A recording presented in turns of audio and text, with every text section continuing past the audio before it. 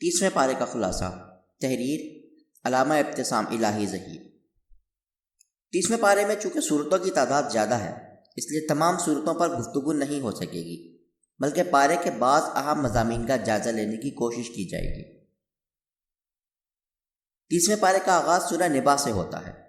اس سورہ مبارکہ میں اللہ تعالیٰ نے قیامت کی گھڑیوں کا ذکر کیا ہے کہ قیامت کی آمد ایک بہت بڑی خبر ہوگی، کیونکہ اس کی آمد سے قبل بہت سے لوگوں کو اس کے واقع ہونے کے بارے میں شبہات اور اختلافات تھے۔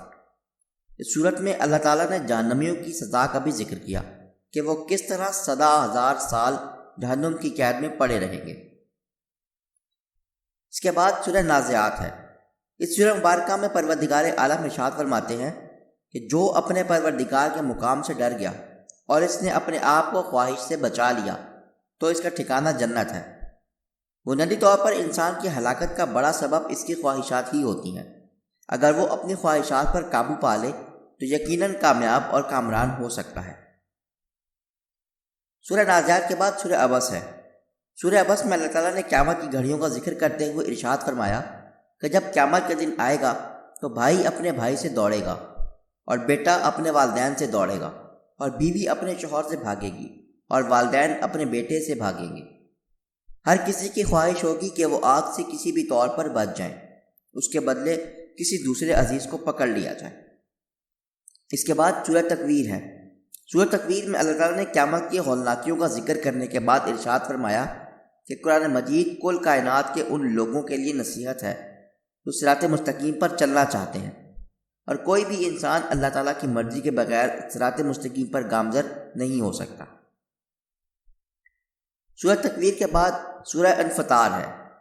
سورہ انفطار میں اللہ تعالیٰ نے جہاں قیامت کی ہولناکیوں کا ذکر کیا ہے وہیں دنیا میں انسانوں کے حساب و کتاب کو نوٹ کرنے والے فرشتوں کا بھی ذکر کیا، جن کو کرامن کاتبین کہا جاتا ہے۔ کرامن کاتبین انسانوں کے عمل کو نوٹ کرتے ہیں اور یہی اعمال نامہ قیامت کے دن انسانوں کو پیش کیا جائے گا۔ سورہ انفال کے بعد سورہ مطففین ہے۔ اس سورہ میں اللہ تعالیٰ نے ان لوگوں کا ذکر کیا ہے کہ جو اپنے حق میں تو ترازو کو پوری طرح استعمال کرتے ہیں لیکن دوسروں کے لیے ترازو میں کمی کرتے ہیں۔ قیامت کے دن ایسے لوگوں کو تباہی اور بربادی کا سامنا کرنا پڑے گا۔ اس کے بعد سورہ انشقاق ہے۔ اس صورت میں اللہ تعالیٰ نے بتلایا ہے کہ انسان محنت و مشقت کا خوگر ہے، اگر اس کو چاہیے کہ اپنے پروردگار کے لیے محنت کرے جس سے اس نے ملاقات کرنی ہے۔ اگر انسان اپنے پروردگار کے لیے محنت کرے گا تو اس کو آسان حساب کا سامنا کرنا پڑے گا اور وہ اپنے اہل خانہ کی طرف مسرت کے ساتھ پلٹے گا۔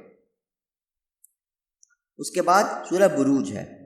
اس سورہ مبارکہ میں اللہ تعالیٰ نے اخدود کی بستی کا ذکر کیا ہے کہ جنہوں نے ایک صاحب ایمان بچے کی دعوت تبلیغ کی وجہ سے اسلام قبول کر لیا تھا، مگر اسلام قبول کرنے کی پاداش میں ان کو انتقام کا نشانہ بنایا گیا اور وہاں کے بے دین بادشاہ نے خندقیں کھود کر ان تمام افراد کو خندقوں میں جلا دیا تھا۔ بستی کے اہل ایمان افراد نے ہر طرح کی اذیت کو خندہ پیشانی سے برداشت کیا لیکن دعوت توحید سے دستبردار ہونا گوارا نہیں کیا۔ اس کے بعد سورہ طارق ہے۔ سورہ طارق میں اللہ تعالیٰ نے انسان کی تخلیق کا ذکر کیا کہ کس طرح انسان کو پانی کے معمولی قطرے سے اللہ تعالیٰ نے تخلیق کیا، اور جو اللہ تعالیٰ انسان کو پانی کے معمولی قطرے سے پیدا کر سکتا ہے وہ انسان کو اس کی موت کے بعد بھی آسانی سے زندہ کر سکتا ہے۔ اس لیے انسان کو اپنی حقیقت کو فراموش نہیں کرنا چاہیے۔ اس کے بعد سورۃ الاعلیٰ ہے۔ اللہ تعالیٰ نے اس بات کا ذکر کیا کہ لوگوں کی نگاہ تو دنیا کی زندگی پر ہوتی ہے لیکن حقیقی اور باقی رہنے والی زندگی تو آخرت کی زندگی ہے۔ اس حقیقت کو صرف اللہ تعالیٰ نے قرآن مجید میں ہی بیان نہیں کیا بلکہ اللہ تعالیٰ نے یہ تمام حقائق ابراہیم اور حضرت موسیٰ علیہ السلام کے صحیفوں میں بھی بیان فرما دیے ہیں۔ اس کے بعد سورہ فجر ہے۔ اس صورت میں اللہ تعالیٰ نے سابقہ اقوام کا ذکر کرنے کے بعد فرمایا کہ جب قیامت کا دن آئے گا تو اللہ تعالیٰ مومنین کو خطاب ہو کر کہیں گے، اے مطمئن جان اپنے پروردگار کی طرف راضی ہو کر پلٹ جا اور میرے بندوں اور میری جنت میں داخل ہو جا۔ سورہ بدر میں اللہ تعالیٰ نے اپنے انعامات کا ذکر کیا کہ اللہ تعالیٰ نے اس کو 2 آنکھیں، زبان اور 2 ہونٹ عطا فرمائے اور اس کی رہنمائی 2 راستوں کی طرف کی ہے۔ اب اس کی مرضی ہے کہ وہ کس راستے کا انتخاب کرتا ہے۔ جو صحیح راستے پر چلے گا جنت میں جائے گا، اور جو غلط راستہ اختیار کرے گا وہ جہنمی ہوگا۔ اس کے بعد سورہ شمس ہے۔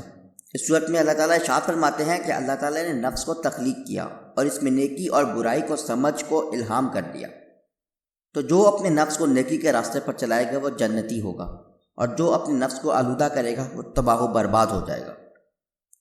اس کے بعد سورہ لیل میں اللہ تعالیٰ ارشاد فرماتے ہیں کہ جس نے صدقہ دیا اور نیکی کی تائید کی اس کے لیے اللہ تعالیٰ آسان راستے کو ہموار کر دیں گے، اور جس نے بخل کیا اور اچھی بات کی تکذیب کی اللہ تعالیٰ اس کے لیے مشکل راستے یعنی جہنم کے راستے کو ہموار کر دیں گے۔ اس کے بعد سورہ ضحیٰ ہے، جس میں اللہ تعالیٰ نے اس امر کا تقاضا کیا ہے اور تلقین کی ہے کہ پروردگار کی نعمتوں کا اعتراف کرنا چاہیے اور ان کا اظہار بھی کرنا چاہیے۔ اس کے بعد سورہ علم نشرہ ہے۔ اس صورت میں اللہ تعالیٰ فرماتے ہیں کہ ہر تنگی کے بعد آسانی ہے، اور اللہ تعالیٰ نے اس امر کا بھی ذکر کیا کہ اللہ تعالیٰ نے رسول اللہ صلی اللہ علیہ وسلم کے تذکروں کو بلند کر دیا ہے۔ اس کے بعد سورہ تین ہے۔ اس صورت میں اللہ تعالیٰ فرماتے ہیں کہ انہوں نے انسانوں کو بہترین تقویم میں پیدا کیا، مگر جو لوگ ایمان لائے اور اعمال صالح کے راستے سے ہٹ گئے اور ان کو اللہ تعالیٰ نے بدترین مخلوق میں تبدیل کر دیا۔ سورہ تین کے بعد سورہ الگ ہے، اور اللہ تعالیٰ نے اس صورت میں حبیب صلی اللہ علیہ وسلم کو اپنے پروردگار کے نام سے پڑھنے کا حکم دیا کہ اس نے انسان کو وہ کچھ سکھایا جو وہ نہیں جانتا۔ سورہ الگ کے بعد سورہ قدر ہے۔ اس صورت میں اللہ تعالیٰ ارشاد فرماتے ہیں کہ اللہ تعالیٰ اس قرآن کو قدر والی رات میں نازل کیا، اور قدر والی رات 1000 مہینوں سے زیادہ فضیلت کی حامل ہے، اور اس رات میں جبریل امین ہر امر کا فیصلہ لے کر فرشتوں کے ساتھ نازل ہوتے ہیں، اور یہ رات طلوع فجر تک سلامتی والی رات ہے۔ اس کے بعد سورہ عصر ہے، جس میں اللہ تعالیٰ نے زمانے کی قسم اٹھا کر انسان کو ناکام کہا ہے کہ ہر انسان ناکام ہے سوائے ان لوگوں کے جنہوں نے ایمان اور عمل صالح کو اختیار کیا اور جو حق کی بات اور صبر کی تلقین کرتے رہے۔ سورہ عصر کے بعد ایک اہم سورہ سورہ کوثر ہے، جس میں اللہ تعالیٰ نے حوض کوثر کی بشارت دی اور ساتھ ہی یہ بتلایا ہے کہ آپ کا دشمن بے نام و نشان رہے گا۔ اس کے بعد آخری 3 کل نہایت اہم ہیں، جس میں اللہ تعالیٰ کی توحید اور اس کی پناہ طلب کرنے کا ذکر کیا گیا ہے۔ اللہ تعالیٰ سے دعا ہے کہ وہ ہمیں قرآن مجید پڑھنے، سمجھنے اور اس پر عمل کرنے کی توفیق عطا فرمائے۔ آمین۔